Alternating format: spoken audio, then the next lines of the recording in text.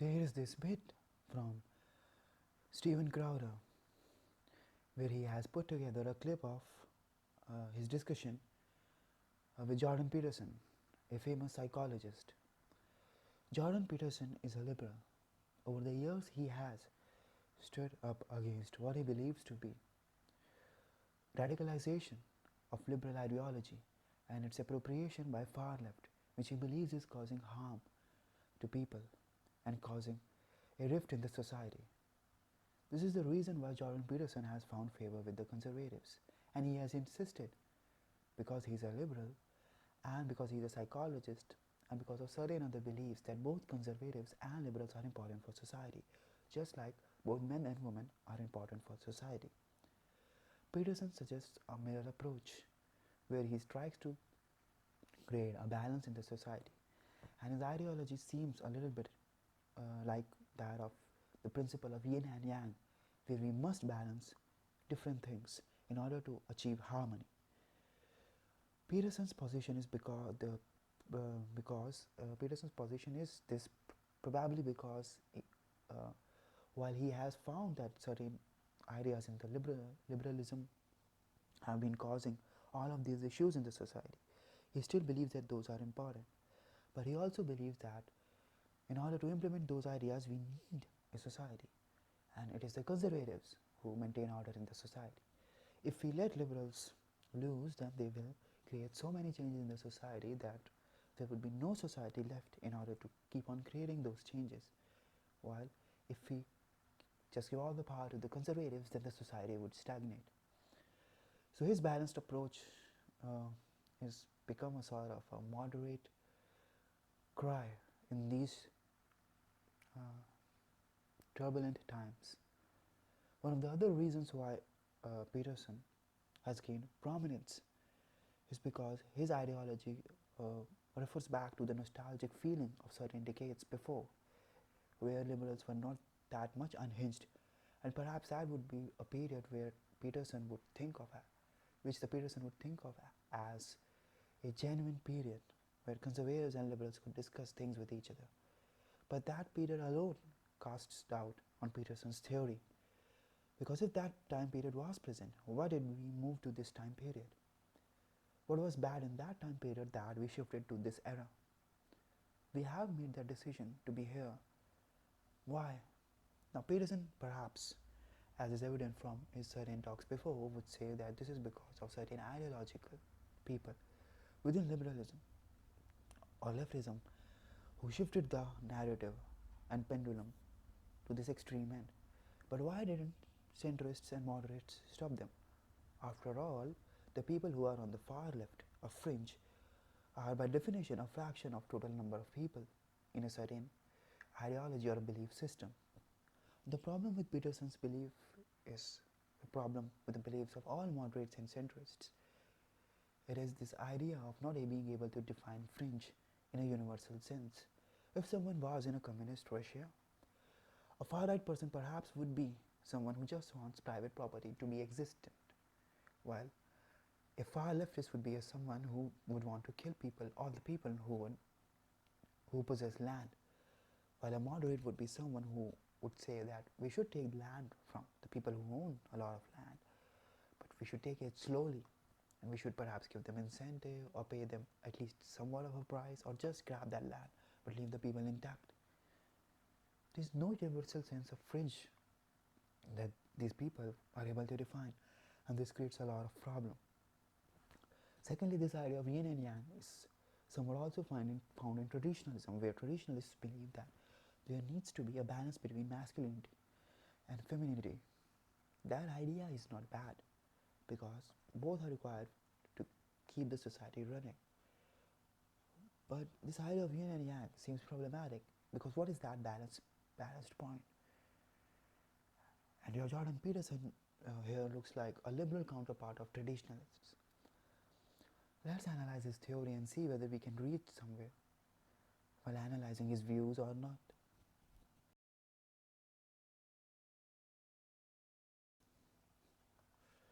For a very long time is that the alternative is for people to learn about their civilization, to incorporate its proper doctrines into their behavior and to grow up and live properly, carefully, awake, and to speak carefully and to act carefully. And that I believe that if enough people do that, then we'll avoid the polarization. That's the inevitable consequence, because the problem is that people who are characterologically weak, and I don't mean this in a judgmental sense, I mean weak in that they can't withstand the onslaught of life and they get hurt because of it.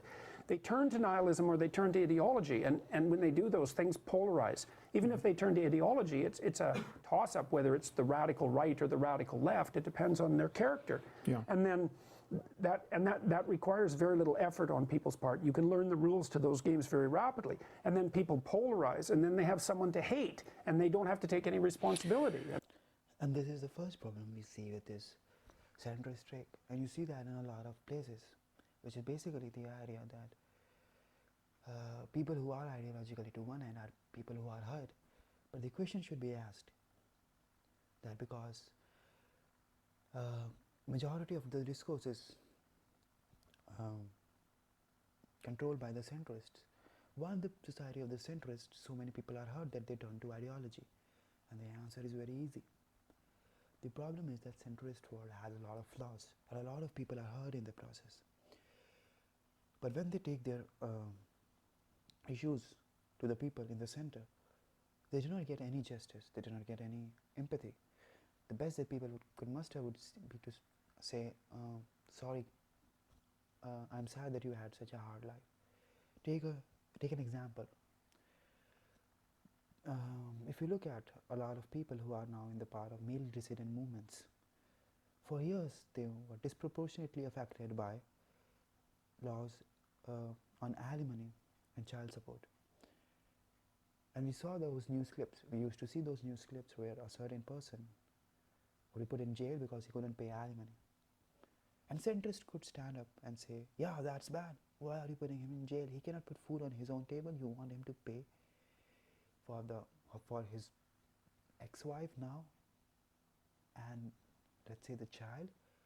Even when the woman could have aborted the child, so the guy has to care for the child for 18 years. He has no choice, but the woman could abort the child, and the woman is now the ex-wife. But still, the husband has to take care of the wife of the ex-wife. And if he cannot, he would be sent to jail. Centrists could complain about that. It was not liberal. It was not. It was undermining property rights. It was putting people in jail for their inability to pay. It was bad. And yet centrists did nothing. Conservatives didn't do anything either. But moderates didn't stand up for those people. Slowly and slowly, those people who were, let's say, facing these issues, or people who committed suicide because of these things, or people who didn't get a job because of affirmative action policies instituted at the approval of centrists and moderates, when they started forming groups and began to grow dissident, what is the centrist take regarding them? That these people were hurt, and this is the reason why they adopted ideology, because they couldn't handle these things. The issue with the centrist is that the sacrifice that is committed in their societies, they believe that that sacrifice is justified, like everyone else, just like the right and the left. The difference between these ideologies is that the centrists believe that the sacrifice is because of some greater benefit that is also to be found within the people, but the far right believes that such greater benefit is to be found out within the principle. And this is the difference between the two. Centrists do not care about the people getting jailed because of alimony, people not getting jobs because of affirmative action, because they believe that it benefits other people who they want to support more. It's true that the man is getting jailed because he cannot pay alimony, but this would prevent other people from being unfair in their mental idea to the woman, and thus this is an adequate punishment. This is a collateral that they are willing to pay, the life of other person who's been put in jail. Now, they do not say something like, these people are bad, men should be put in jails, etc. But they are putting them in jail. Now, a far-right person would be not like that. A far-right person, let's say, who is very much against a certain degenerate thing. He might say something like, people who produce porn should be put in jail. People who produce porn should be tried heavily. People who sell drugs should be tried heavily. So they seem more radical. But in both the cases, we are seeing that both of the people are executing power over other people. Now, those people have turned dissident. The centrists now say that, oh, of course we will be willing to compromise, but you have gone too far. But the only reason why centrists would be willing to think about these things is because the situation has become so bad. So centrists only change their position when the people with a specific ideology press them to do so. And the centrists have to recognize their existence. Otherwise, centrists wouldn't care. You could have drawn this wheel to 1,000 years and you still would have men being disproportionately affected by the alimony laws. And centrists wouldn't have it other way. Centrists do not want real equality. And this is also the reason why they are being against left increasingly. Because they see that left is destroying their societies by insisting on too much equality.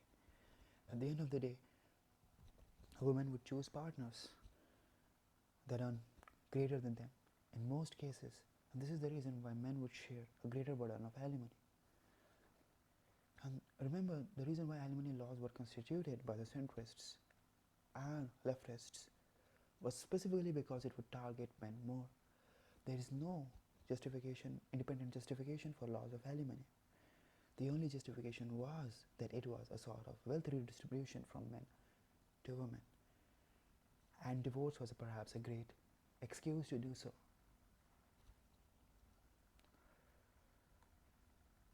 You know, what's sort of funny about that statement is I have no problem with people having an ideological bias. I have no problem with people seeing the world through a prism. I think we all do. My thing is, if you're left or you're right, just don't lie to me. But ironically enough, we were probably one of the most balanced shows on the primaries and on Trump, and I can't stand Hillary Clinton. I couldn't stand the left, but I certainly would criticize Trump where I thought it was fair, and that would infuriate people. But I have no problem saying I am a conservative. I look through the world through that lens. And I think that allows me to be somewhat objective because I'm aware of yes, well, that's about the best you can do. I mean, one of the things that our research and other people's research has indicated that is that conservatives are conservative and liberals liberal because of their temperaments. It's partly biological. So, for example, conservatives tend to be higher in conscientiousness, which is industriousness and orderliness, particularly orderliness, and lower in openness. Does that sound like someone? So, and so, crucified him for not. Well, and the orderliness seems to be the thing that's driving things on the conscientiousness side. And so what that means is that conservatives, roughly speaking, make better managers and administrators. Okay, now liberals are higher in openness, which is both interest in ideas and interest in aesthetics, and they're lower in conscientiousness. And so, and one of the consequences of that is that they tend to make better entrepreneurs and artists. And so our society is basically set up, and this is something people really need to think about, is that... But that's odd, because nearly all business owners tend to be more conservative. Not the entrepreneurs. Go to Silicon Valley. Well, come on, you're talking about a limited amount of people, and Steve Jobs beats the shit out of his kids. Well, I do consulting work for this company called the Founder Institute, and we've tested 40,000 would-be entrepreneurs from all over the world, 165 different cities. It's the biggest early-stage tech incubator in the world now.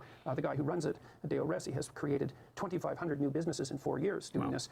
And we know what predicts entrepreneurial ability. And so the liberals are really interested in how ideas relate to one another, and they like to jump from one thing to another. And it does make them more creative, but they're not very good at implementation.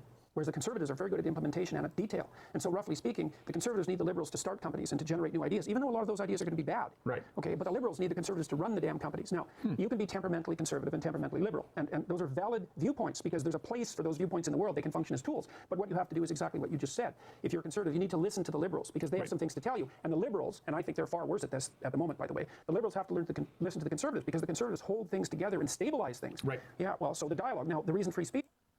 Now, the issue with this analysis is that it makes conservatives just clean up the liberals' mess. And this is again a problem. So, see, it is not hard to think of new ideas. It is not hard to think of all those things that could happen that are perhaps very interesting and you should do. It's hard to implement those. Now, liberals are not just those people who are thinking those ideas, granted. They are also those who are putting their weight behind it. But if they can't put that idea to fruition in a way that is beneficial, then that is not useful in any way. And I'll give you an example that will perhaps make that clear. So let's imagine a company that you set up. And in that company, you have a certain guy, a liberal, who comes up with this nice, interesting idea. He says the employees would work far better if we give them more holidays, we can give them more free time. So we can initiate something, right? We can ask employees that they have this ability to have this zone for themselves where they can do the work as they please, and they will be judged finally on just one single aspect of it, whether they completed the work or not. It's a very liberal thing, wherein you allow people a more creative freedom in order to do a certain work that has been afforded to them, and the only thing that they would be judged upon is the finality of the work, whether the work that they have produced is up to the mark and can be used by the firm, meets the expectation of the firm. The employees can do that work at home, the employees can do that work in the office, but while listening to music or any of these ways. Now, this sounds like a very interesting idea. This gives greater freedom to the people. But how would that work out actually? Who would check out the plan? Who would regulate it? Who would maintain it? Now, according to Peterson, those decisions would be taken by conservatives. And of course, conservatives would have to take it because there would be a lot of technicalities while introducing or while implementing that idea. But who will take the praise for it? It is the liberals. Now, let's say the conservatives accept that idea, but still pose certain rules and regulations. The liberals would get a chance to criticize those rules and regulations again because their idea is in abstract. And when conservatives would loosen up further and admit more liberalism, but still have rules and regulations, the liberals can criticize those rules and regulations further, and again and again and again. So liberals can whip conservatives again and again and again, while conservatives are just cleaning the mess up created by the liberals. And you see that in the societal discourse as well. For example, take two specifically liberal viewpoints: equality or egalitarianism. Liberals instituted egalitarianism. Now, at that time, the scope of egalitarianism in the minds of the people who were liberal was very less. Conservatives finally accepted that and again put down rules and regulations in order to contain that. But there were several other things to liberalize now, and you could keep on pushing the idea of equality forwards and forwards. So the new generation of liberals criticize conservatives again and criticize even the viewpoints of their parents. But they said that there was liberalism all along, and conservatives again would have to relent. And then liberals pushed the boundary a little further, and conservatives had to relent again. And then liberals pushed this boundary further, and again, in all of those things, they would criticize conservatives. And society would slowly become more liberal and progressive. And this is what gives rise to progressivism. Now we have reached to such an end where a certain number of liberals have moved so far that they are now saying that the men can be women and women can be men. Now, this is a very equality doctrine, a doctrine of equality, because once you say the man can be woman and a woman can be man, you have removed almost all differences between them. But here the liberals would stop and say, oh no, we are with the conservatives on this one because we don't want to go that far. Because we said equality before, but the boundaries of equality would be set up to a certain extent. But what that extent was, this point is a little arbitrary. Why settled at this point and not a few decades before? And why not settled at few decades before and not few decades before than that? The reason why liberals are choosing this specific point is because they feel that this specific point is adequate for them. And this is the reason why even a person like Peterson has found favor with the conservatives, and conservatives have found favor with Peterson. Peterson is a liberal, but Peterson believes that the far left has gone too far and has taken that principle of egalitarianism to such an extreme extent that it would destroy the society. This is the reason why he has sided with the conservatives. It is because the conservatives are cleaning the mess of the liberals. In all of this, liberals are taking the upper hand. They are saying that we brought equality to this point, so we are so good. And we are keeping it to this point, so we are good again. So we are better. We are better than the people who were regressive before, and we are better than the people who are progressive now. But at each point in this spectrum, could a person say that he's better than all the people who are to the left or to the right of him? This spectrum thus is whole a scam and is only decided based on whether the people can extract maximal utility out of it. And this is the true test of liberalism, that liberalism is utilitarianism or consequentialism. Both of these have a little difference between them, but these are one of the two moral philosophies that liberals adopt. So it is consequentialism or utilitarianism. This separates conservatives, or let's say people on the right, from the liberals.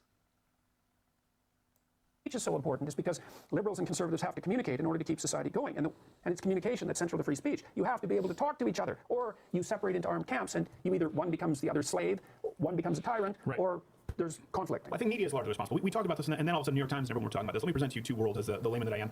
Mom joins Facebook, she's pro-Trump. Daughter joins Facebook, YouTube, she's pro-Hillary, right? Oh, Donald Trump's going to be a great president. Like, Donald Trump has billion cabinet appointments. Like, the daughter, Donald Trump doesn't release his tax returns. Like, Donald Trump is a rapist. Like, so you go 6 months, and you've liked these pages, and you've consumed information that way. Well, the Facebook algorithm, the YouTube algorithm, it's not, hey, you might really need to hear, it's you might also like, to the point where people entirely consume information that is nothing but confirmation bias. And I wouldn't even... See, what happens then is that amplifies their temperamental proclivities. Right. And we have research showing this too. So conservatives do tend to consume media that fosters a conservative viewpoint, and so do liberals. And so one of the ways, I mean, this was the whole purpose of education at one point, is to, yes, was to expose you to views that contradicted your own, and to help you find value in those alternative views. Yeah. And the reason for that was to help you get out of your confirmation bias and the tendency of that to augur you into a narrow viewpoint that is no longer representative of the world. Right. It's really a bad thing when that happens. It's like you're a celebrity that's completely surrounded by sycophants who only tell you what you want to hear. Exactly. What happens is that because you're not getting any corrective information anymore, your weaknesses don't get corrected, and they start to take you over. Right. And that's exactly what's happening in our polarized political landscape. It's like the weaknesses of the radical left viewpoint are starting to predominate. What's sort of ironic in all this is that we used to say the fringe, sort of your left, my right, the fringe left, their left. So it's okay. I know you're a very educated man. I'm doing it for them. Your left, my right, and then the fringe, my left, your right. But really, that's mainstream left and right now. They aren't fringe, and it seems like in the middle is what would once have been called the fringe. I don't consider myself a moderate, but I find much more common ground with you than I do many Republicans, certainly nearly all liberals, in just being a critical thinker. That seems like we're a shrinking minority to the point where we would really be considered more fringe than someone with a Trump sign and a funny hat, or a social justice warrior who has a snowflake t-shirt and is crying in the corner. Well, that's a consequence of polarization, yeah. Right? Because when things polarize, then viewpoints become increasingly black and white, and they become increasingly simple. And the problem with that, like, I think it was Einstein who said that an explanation should be as simple as possible, but no simpler. And this is where we come to our second example, sexual liberation. So when the liberals instituted sexual liberation, it was basically, let's say, a slap to the conservative morality, or you can say a middle finger to the conservative morality at that time. And sexual liberation was very simple. Right? Consensual acts between adults were fine. And sex was not different than any other activity that you do with your friends.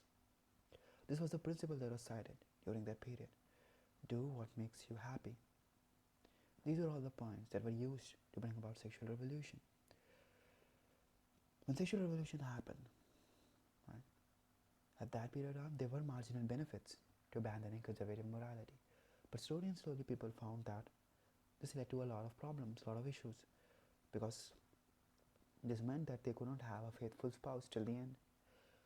And so the sexual revolution, which steamed up and became very prominent in those 10 to 20 year period, starting from 1960s, became a little dormant in the 1980s. But it was transmitted to the media, and it has now reached to a certain extent that now you have an incredibly sexualized world. Now, here a person who is a moderate, who was part of sexual revolution perhaps in 1960s, would come and say, this is not what we wanted, we just wanted fun.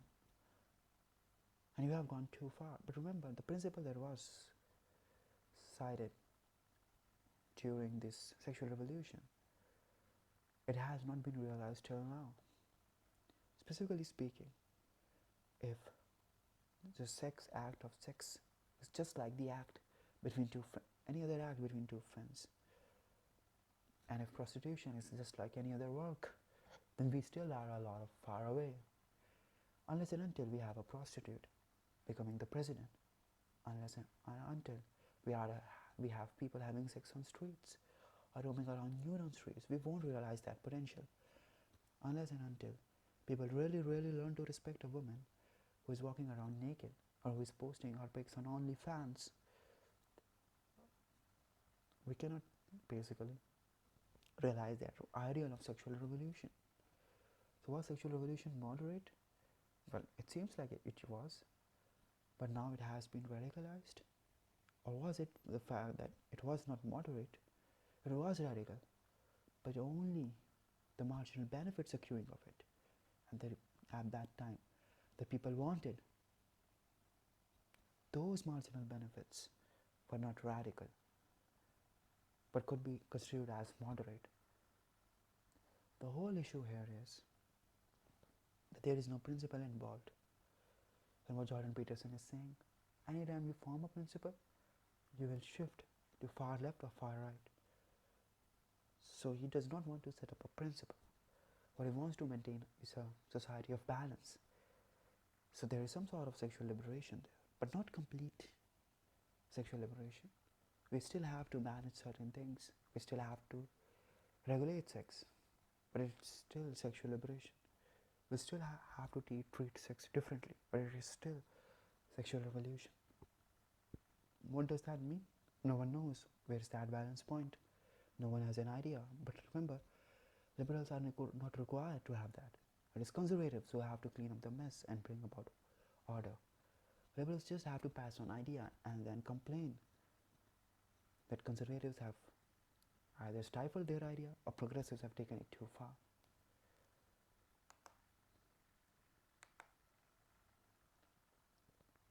Political beliefs should be like that too. They should be simple as possible, but no simpler. And the thing about political beliefs is they're not beliefs about statements of fact about the world. They're beliefs about how to move forward and to solve problems. And the real test of a political belief is, can it specify a problem? And then can it solve the problem? And the way that we practice those political beliefs and their formulation is through dialogue and critical dialogue. And the critical dialogue is, well, here we've got a bad representation of this. You have a bad representation of it, a poor representation, and so do I. So that's what we're doing right now. Let's keep talking about it until our model of the problem is more and more and more detailed. And then maybe we can start to generate some solutions. And then maybe we can start to agree on those solutions and implement them and test them. Watch Good Morning Mug Club live every Monday through Thursday at 10:15 Eastern. If you look at all of these discussions, you will find a certain idea, a certain thing that permeates all of these talks and these interviews that people have. And this idea is a very,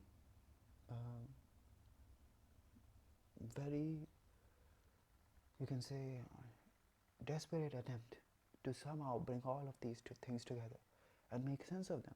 But the guiding principle does not allow that. The guiding principle is hedonism, and hedonism fails at a certain point. This is the reason why all of these things fail. Take for example this basic idea that I discussed. Let's talk about sexual liberation. And this is a very important point. For a certain person, let's say that for a certain amount of society in years before, a limited amount of sexuality was permitted in the society.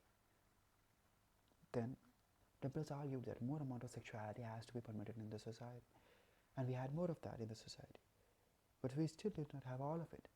Now imagine a guy, and this is a very important point because it relates to ancient Greece too, goes out in the market and masturbates. Now he's doing this to his own body. Let's say he does not create a mess. Why should we stop him? We will find that liberals have no answer to that, and liberals rely on conservatives to police that.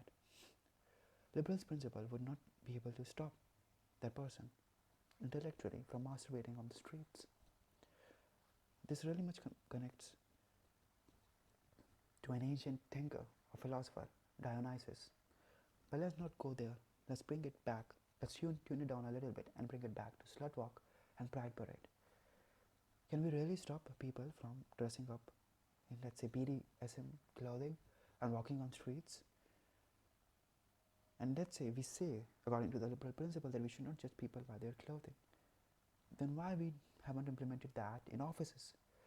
The reason for that is simple, because liberals know that we judge people on their clothing. The principle that was used by liberals was again a lie. And if a lot of people come out of their homes dressed in BDSM clothing or explicitly sexual clothing, and liberals do not like that, they will complain about that and they will turn conservative and ask them to create the order. It is a perfect description of the people who benefit from chaos going to the police when the chaos doesn't go their way. This is the reason why we cannot stop this march of the society. And this is also the reason where people really show whether they subscribe to a principle or whether they subscribe to just the benefits that they accrue out of that principle. And for this reason, this discussion is important, because it creates a way, it creates a fog, and you find the fact that principled people separate from the people who are consequentialist. And this is perhaps a greater difference between the two than the difference of whether they are trying to maintain a balance or whether they are trying to be on one fringe.